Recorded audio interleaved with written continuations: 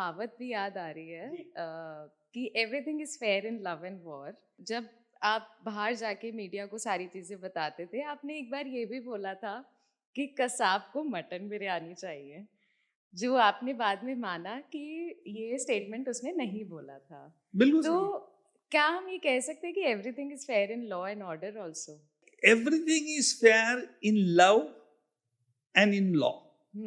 Okay. मैं इसका equation बदल दूंगा। मैं जब पॉलिटिकल लीडर करके काम करता था तो मैं तो कहता था कि everything is fair in love and politics. किस बैकग्राउंड पे मैंने ये बात कही थी? मैंने हमारे महाराष्ट्र के होम मिनिस्टर के सामने कहा था कि कसाब ने मटन बिरयानी मांगी नहीं थी। वो एकदम शॉक हो गए। तो आपने बोला क्यों था? मतलब नहीं, उसको बोले की वजह थी, अलग एक वजह थी। जब मैं राखी पूर्णी रक्षाबंधन के दिन में आया था, मेरे हाथ में राखी बांधी हुई थी और कसाब ने मुझे बोला कि बादशाह आपके हाथ में क्या बांधा हुआ? आपको बादशाह बोलते हाँ, थे? वो बादशाह हमेशा कहता था। ओके। तो मैंने उसको महत्व बताया कि क्यों बांधे, क्या बांधे, उसका महत्व क्या है। उतने में जज साहब आ गए। अभी जज साहब आने के बाद जज साहब ने मुझे पूछा कि निगम क्या बोल रहा था। मैंने जज साहब को बता दिया कि वो क्या, उसमें मैं क्या बात शेयर कर रहा था। और जैसे मैं जज साहब को कहता था, कसाब ने अपनी मुंडी नीचे कर दी, दोनों उंगलियां अपनी आंखों पे लगा दी। इलेक्ट्रॉनिक चैनल की मीडिया की करस्पॉन्डेंट थी, वो बाहर भाग के गई और उन्होंने ब्रेकिंग न्यूज चलाई, कसाब इज वीपिंग। कसाब के आंखों में पानी आया। वो चैनल पैनल डिस्कशन शुरू हो गया।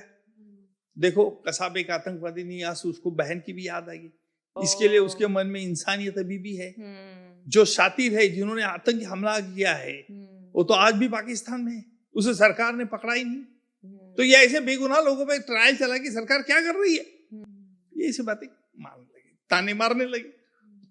हमारा देश लोकशाही है कि हर को व्यक्ति को फ्रीडम है। और जैसे 5:15 बजे कोर्ट के बाहर जाने के पहले मुझे हमारे लोगों ने बताया कि बाहर क्या एटमॉस्फेयर है। मैंने बताया कि 15-18 भी वो भी वैन खड़ी हुई थी। उन्होंने बताया कि निकम जी, ये ऐसा ऐसा बाहर मीडिया ने चल लिया। कसाब एक सोल्जर यानी फुट सोल्जर है, लेकिन फुट सोल्जर रहने के उसके आका जो है वो अभी भी पाकिस्तान में, तो उसको फंसाया गया है। ही वाज ब्रेन वॉश और उसके खिलाफ ये ट्रायल चल रही है। बोले ये, इसको मुझे ब्रीफिंग दिया। मुझे मीडिया ने पूछा, mister Nikam, what is your first take? Kasab is not the real accused, but the real perpetrators are still in the Pakistan. आप उसको पकड़ के कब लाने वाले हैं? दूसरा कहने लगा, मिस्टर निकम, आप मानते हैं कि नहीं ये आपका हार जीत नहीं है, ये आपकी हार है, कि असली गुनहगार अभी भी है। तीसरा कहने लगा मुझे, क्या निकम जी वो कब लेके आएंगे तुम हाफिज सईद को, झकीर रहमान लखवी को? मैंने कहा सबके सवाल खत्म? हाँ बोले खत्म। मतलब कसाब ने आज मटन बिरयानी की मांग की है। क्या कसाब ने मटन बिरयानी की मांग की है? Breaking news. लेकिन चैनल पैनल डिस्कशन चेंज। देखो कितना खुकार आतंकवादी है, इतने लोगों की जान लेने के बाद भी मटन बिरयानी की मांग रहा है। इस तरह से वो एटमॉस्फेयर चेंज हो गया। दूसरे दिन कोर्ट में उसके वकील ने, काजमी साहब उसके वकील थे, उन्होंने कोर्ट में कहा कि साहब, निगम साहब ने कल चैनल पर बोल दिया कसाब मटन बिरयानी की मांग की। मैं उसका वकील हूं, मेरे पास तो मांगे नहीं, इनके पास कैसे मांग ली उसने?